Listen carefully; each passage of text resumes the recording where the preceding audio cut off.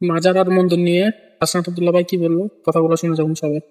আমার আরেকটা কথা, তিনটা হলো ওপেনে মাদক বিক্রি হয় শোয়ার উঠেছে, এটা যদি বন্ধ করে দেন সবচেয়ে ভালো হয়। না, উরুস বন্ধ করা যাবে না। বন্ধ করা যাবে না, কিন্তু এটার মাঝে ওপেনে মাদক আমি একটা কথা বলি আপনাকে, বিক্রি করা, এটা বন্ধ করে দিতে একটা জায়গায় আমি স্পষ্ট করে দেই, মাজার, উরুস এই জায়গাগুলোতে কোনো ধরনের আপনারা হস্তক্ষেপ করতে পারবেন না। খানকা, জলসা এগুলোতে হস্তক্ষেপ করতে পারবেন না।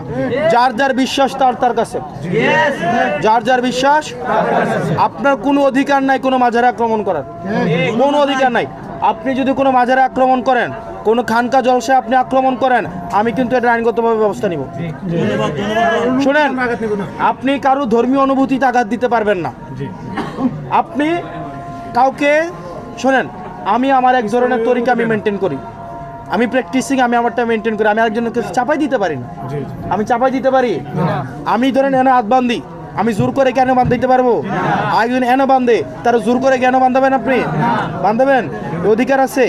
ধরেন যে এই লোকটা মাজারে যায়, যার মাজারে বিশ্বাস করে, আপনি তাকে সেটা করতে দেন, এটা তার ইচ্ছা। আপনি তাকে বাধা দিতে পারেন না। আপনি কি বাধা দিতে পারেন? তাহলে এই যে মাজার ভাঙা, আমাদের দেবের আলহামদুলিল্লাহ সব নাই, এগুলো যেন কেউ করতে না পারে। আমাদের শুনেন, এটা একটা বাগান, বাগানে বিভিন্ন ধরনের ফুল থাকবে, সবাই একরকম হবে না। সবাই কি একরকম হবে?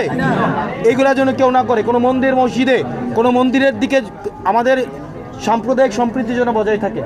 আমাদের হিন্দু ভাইয়েরা যেন আমাদের কাছে সবচেয়ে বেশি কি থাকে, সেফ থাকে, সিকিউর থাকে, নিরাপদ থাকে। এটা দায়িত্ব কার?